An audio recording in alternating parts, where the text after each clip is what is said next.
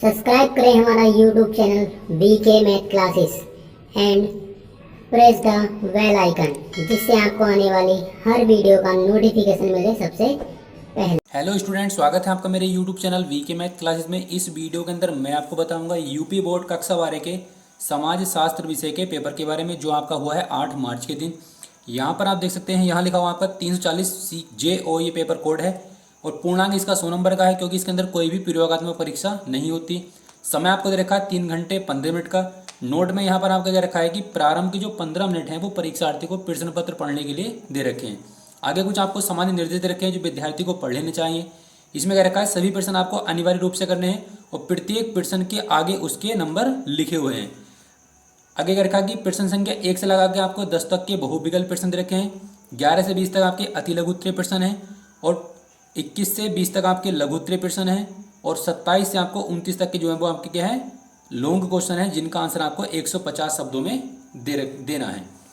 आगे कुछ यही निर्देश जो हैं वो इंग्लिश में ट्रांसलेट करके दे रखे हैं। तो अब हम देखते हैं हमारे जो विकल्प आए थे इस पेपर के अंदर, उन विकल्पों के आपके कौन कौन से आंसर थे।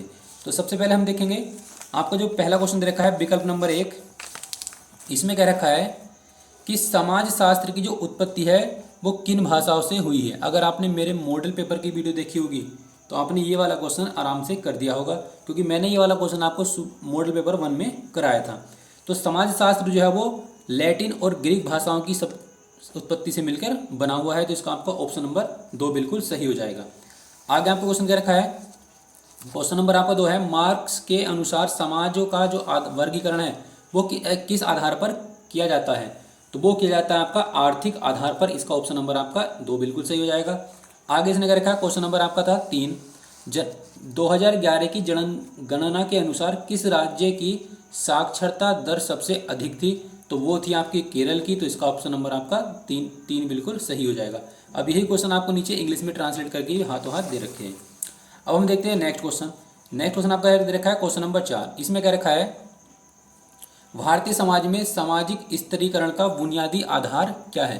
तो वो था आपका जाति। तो इसका ऑप्शन नंबर आपका 2 बिल्कुल सही है। आगे क्वेश्चन क्या रखा है, संस्कृतिकरण की अवधारणा किसने दिया। तो इसका आंसर हो जाएगा आपका ऑप्शन नंबर 1, MN श्रीनिवासन ने। आगे हम क्वेश्चन रखा है क्वेश्चन नंबर 6। इसमें क्या रखा है, हरित क्रांति किस राज्य में ज़्यादा सफल रही। तो वो आपकी रही थी पंजाब में। तो इसका ऑप्शन नंबर आपका 4 बिल्कुल सही हो जाएगा। आगे आपको दे रखा है क्वेश्चन नंबर 7, उदारीकरण का संबंध किससे है। तो वो है आपका आर्थिक नीति से। तो इसका ऑप्शन नंबर आपका 4 बिल्कुल सही हो जाएगा। अब यही क्वेश्चन आपको नीचे इंग्लिश में ट्रांसलेट करके दे रखे हैं। तो अब हम देखते हैं हमारा जो नेक्स्ट क्वेश्चन है क्वेश्चन नंबर 8। उस क्वेश्चन नंबर 8 में क्या क्या रखा है। क्वेश्चन नंबर 8 में क्या रखा है कि दहेज निषेध, जिसे हम निरोधक भी बोलते हैं, दहेज निरोधक या दहेज निषेध अधिनियम कब पारित हुआ था। तो वो हुआ था आपका 1961 में। ये भी क्वेश्चन मैंने आपको अब करा रखा है। आगे क्या रखा है, आर्य समाज की जो स्थापना है वो किसने की थी या कब हुई थी। तो आर्य समाज की जो स्थापना है वो हुई थी आपकी 1875 में और 10 अप्रैल 1875 को हुई थी। और दयानंद सरस्वती ने इनकी क्या की थी, स्थापना की थी। आगे दे रखा आपको पंचायती राज किस सिद्धांत पर आधारित है। तो वो है आपका लोकतांत्रिक विकेंद्रीकरण पर। तो इसका ऑप्शन नंबर आपका 3 बिल्कुल सही हो जाएगा। तो मैंने आपको बताया आपके जो समाजशास्त्र का पेपर था उसके अंदर जो विकल्प आए थे उनके कौन कौन से आंसर है। अब हम देखते हैं आपके जो अति लघु उत्तरीय प्रश्न है वो कौन कौन से टाइप के दे रखे थे। तो पहला क्वेश्चन आप दे रखा, उदारीकरण से आप क्या समझते हैं। इसका आगे क्वेश्चन दे रखा था, सामाजिक स्तरीकरण की 3 विशेषताएं लिखनी है। और ये सभी क्वेश्चन आपके क्या है, 3-3 नंबर के यहाँ पर दे रखे हैं। आगे दे रखा आपको क्वेश्चन नंबर 13, वर्ग से आप क्या समझते हैं। अगला दे रखा था, सामाजिक बहिष्कार क्या है, भूमंडलीकरण को परिभाषित करना है। ये सभी क्वेश्चन जो आपके वो 3-3 नंबर के यहाँ पर दे रखे हैं। इसके बाद दे रखा था, भूमंडलीकरण को परिभाषित करना है, जनसंख्या वृद्धि से क्या तात्पर्य है, जाति व्यवस्था की व्याख्या करनी है, सांप्रदायिकता निवारण हेतु सुझाव देने हैं, जनतंत्र से आप क्या समझते हैं। और क्वेश्चन नंबर आपका 20 था, औद्योगिकीकरण के 3 विशेषताएं हमें लिखनी थी। इसके बाद आता है आपके लॉन्ग जो लघु उत्तरीय प्रश्न थे वो आपके 6-6 नंबर के यहाँ पर दे रखे हैं। ये सभी जो क्वेश्चन नंबर के 6-6 नंबर के हैं। हरित क्रांति का कृषक समाज पर पड़ने वाले प्रभावों का हमें वर्णन करना है। फिर क्या रखा है, भारतीय समाज पर नगरीकरण के प्रभाव का हमें उल्लेख करके दिखाना है। ये सभी जो क्वेश्चन आपके लघु उत्तरीय प्रश्न हैं वो 6-6 नंबर के दे रखे थे।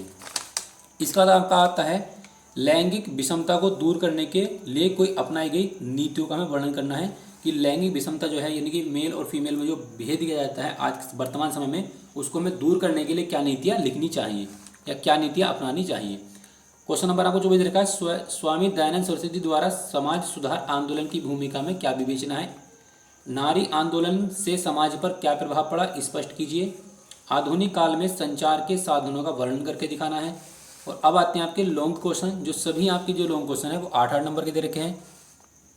तो पहला आपको लॉन्ग क्वेश्चन आया था कि भारत में हुए प्रमुख किसान आंदोलन पर प्रकाश डालना है, अथवा में क्या रखा है कि भारत में दहेज व्यवस्था के दोषों की विवेचना करके दिखानी है।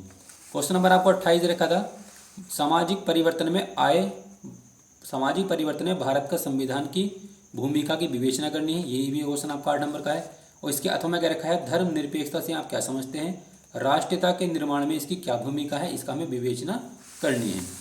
अब आता है आपका क्वेश्चन नंबर 29। क्वेश्चन नंबर 29 में क्या रखा है, साक्षरता पद्धति यानी कि इंटरव्यू को परिभाषित कीजिए और इसके हमें लाभ निकले हैं। ये यहाँ का क्या है, 8 नंबर क्वेश्चन है। इसके अथवा में क्या रखा है, भारतीय जनजाति की प्रमुख समस्याएं क्या हैं, व्याख्या करके दिखानी। ये भी क्वेश्चन आपका क्या है, 8 नंबर का है। तो इस वीडियो के अंदर मैंने आपको बताया, आपको जो समाजशास्त्र का पेपर हुआ है 8 मार्च के दिन कक्षा 12 वालों का, उनमें उसका पेपर किस टाइप का आया था और कौन से विकल्प का आपका क्या आंसर था। तो आई होप कि आपको वीडियो काफ़ी अच्छी लगी होगी, और वीडियो अच्छी लगी तो वीडियो को लाइक करें, शेयर करें और मेरे चैनल को सब्सक्राइब करें।